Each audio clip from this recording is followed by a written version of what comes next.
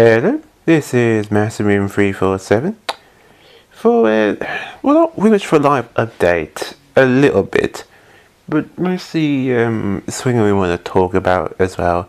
But anywho, I gotta do a tiny bit of an update first. First of all, my birthday is actually going to be next week, yeah, on February the 5th. So, yeah, I'm getting some pretty good games there that day. I've already pre-ordered Final Fantasy Dissidia NT. And I actually do a playthrough of that with live commentary. I haven't actually talked in quite a while and feel like getting a talking mood, but I don't think I've done a beat 'em up game in this channel before. Oh, wait, yes I have. Dissidia, that might sound familiar to some people. If not, well, very long time ago when I first started this entire channel out, my very first videos on YouTube were actually just me doing some random fights of duodecim with the PSP. You're probably wondering how come those PSP videos are full screen much better. That's because those can be they have a special recording in that game. You can actually record the battles in that game and then like upload the file somewhere else. That's why I see that Square Enix hashtag like at the bottom, because I'm recording it in the game itself. Some games have that, you can like record your own battles and stuff, and a special replay function. So yeah, so that's basically what that was. Anywho, basically the game is now it's now being made, the game for the PS4. So I tell you, it looks absolutely beautiful. I can't wait to play it because I haven't played Final Fantasy or beat 'em up game in literally years. So it'd be fun to show that off again with live commentary.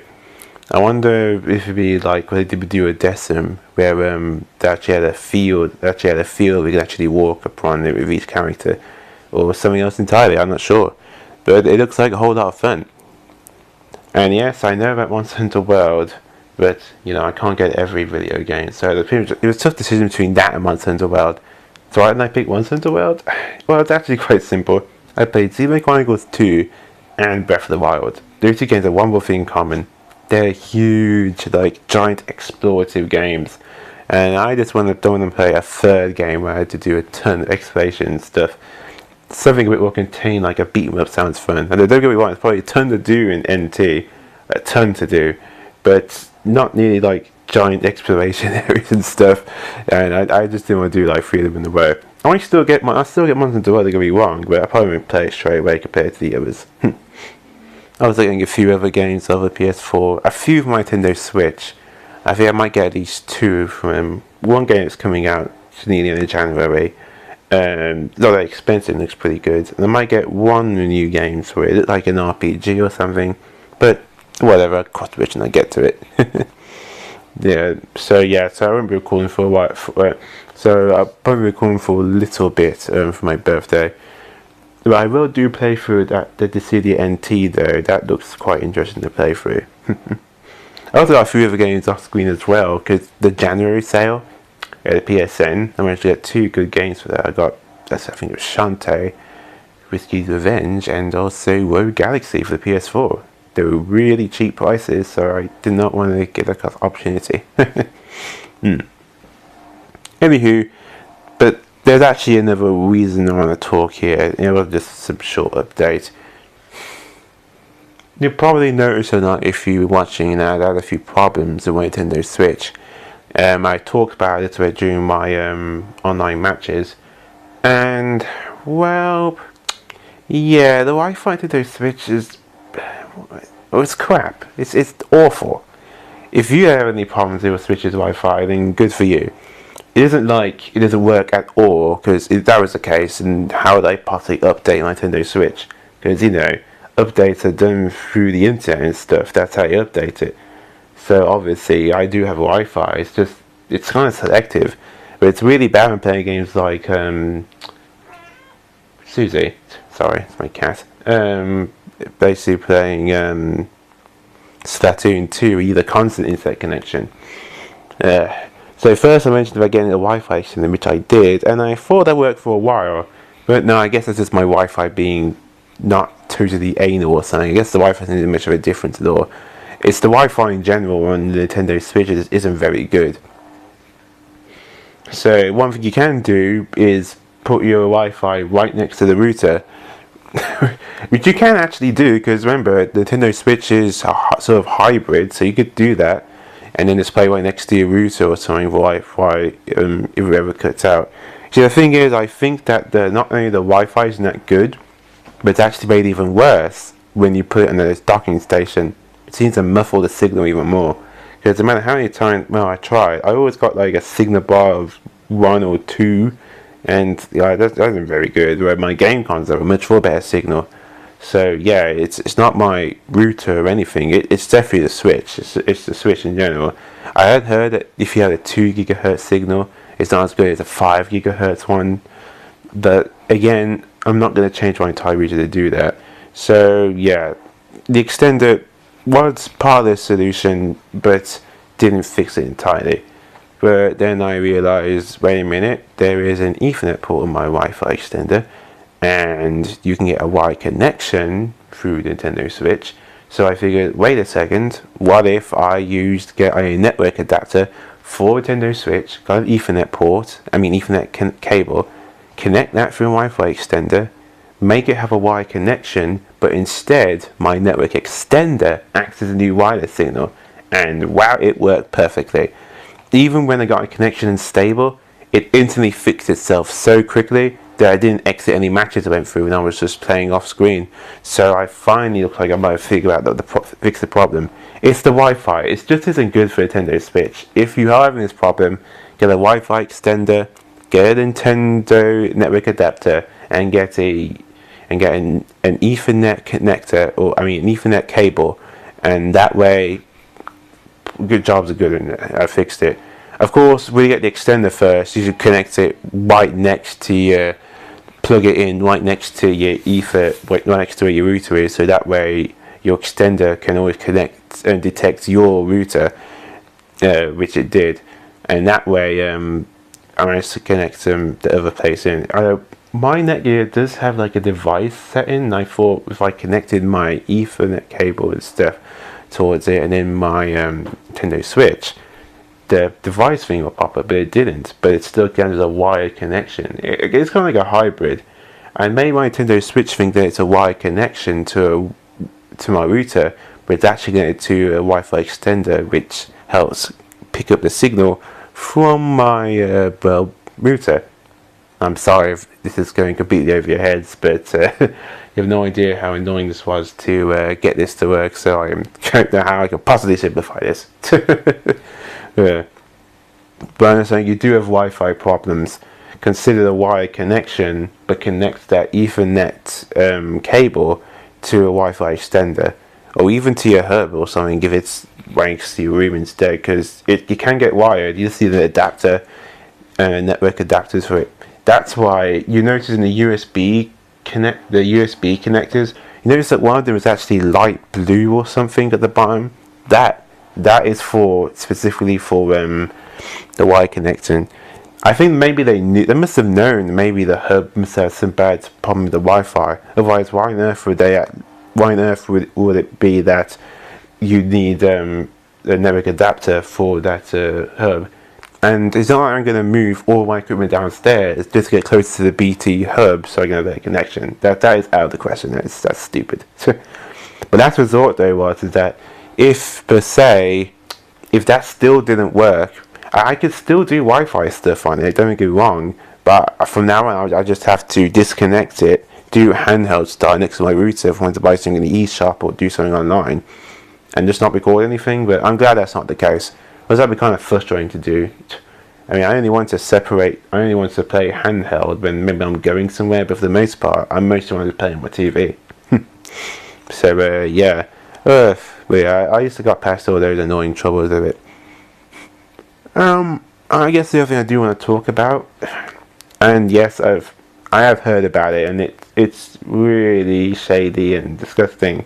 But for those who haven't, blazblue Tag Team, or blazblue, has basically had this it's just disgusting. Basically, it's like this tag team game where other fighters from previous games from Arc Systems are coming together to fight, not just from blazblue. So it's like it's kind of like Tekken / Street Fighter. It's like it's from 4 different game styles, and they've even added members from the network series Ruby, which looks really cool. It looks really cool in theory. The problem is that there are 20 characters now, I think, in the roster, but the other 20 are DLC only, as in you have to pay for them like individually or something or whatever. And that's just messed up. It doesn't make any sense in some cases. Like with Ruby, you only get to have like 2 of the Ruby members, and the other 2 is DLC. Well, that's just dumb. And why would they even do that? And it is really bad. Again, really super shady. I'm not gonna buy that game when it gets out. I mean, getting me wrong, I love blazblue next to the next guy, but I'm not gonna buy a game that literally locks out half of its roster to DLC. That's just messed up. I wouldn't do that. I understand there are some characters that are DLC and stuff, maybe like 1 or 2 or whatever, or a few more.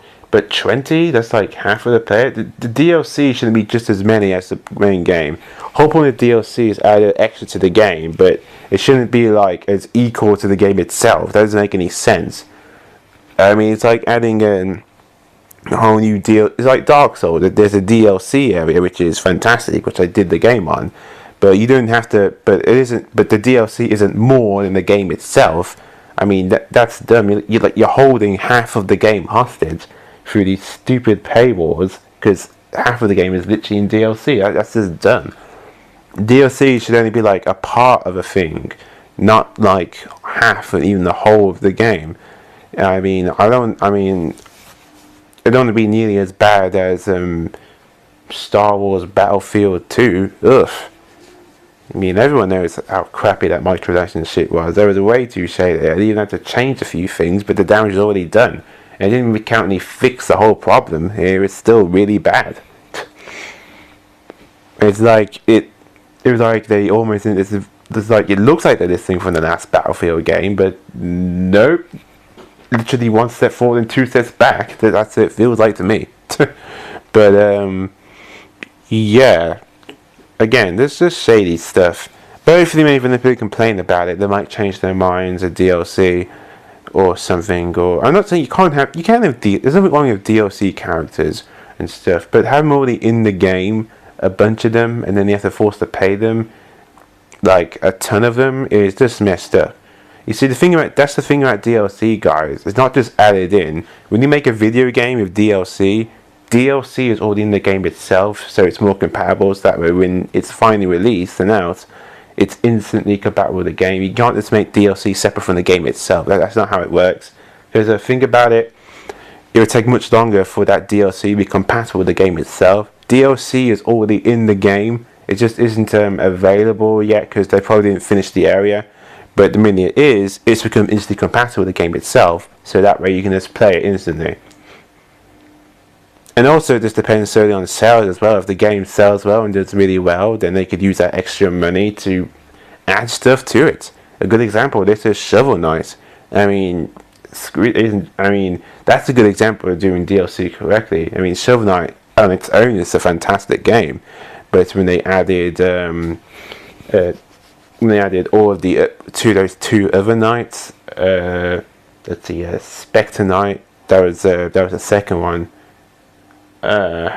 What was the other one called? I forgot the other one, but it's the one that uses all the chemicals. But those 2 are great in DLC.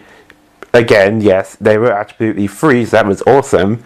But I think even if they weren't free, the fact that they're like separate stories and adventures, they'd still, I think they'd still do extremely well. But the fact that they're free is also awesome. I think what they should have done basically is that have some of the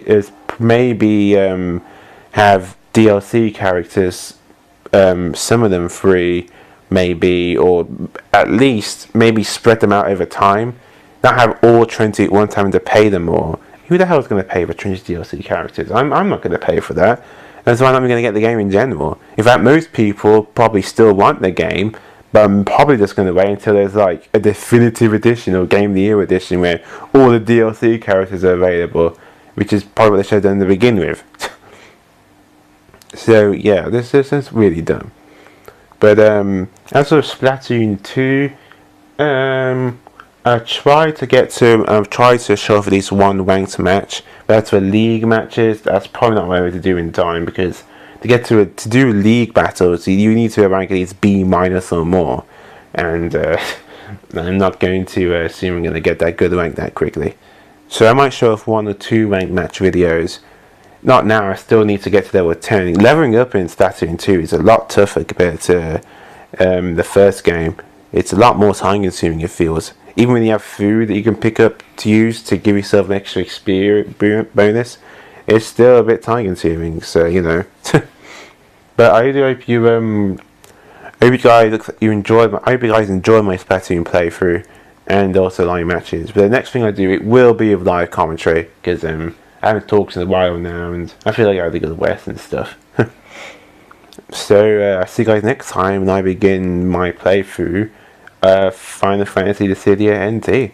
That's going to be a lot of fun. I'm going to be great playing that game again. I haven't played it in ages since the PSP. And it's going to be fun playing it like an actual game console and not a handheld system. So it's going to be a lot of fun to just go through the game and stuff. Yeah. But that is Master347 with a live update. And hope to see you guys, well, when I eventually get to Dissidia Final Fantasy NT. And if you want to wish me a happy birthday on February the 5th, or even before then, please feel free to comment below. But I'll see you guys later.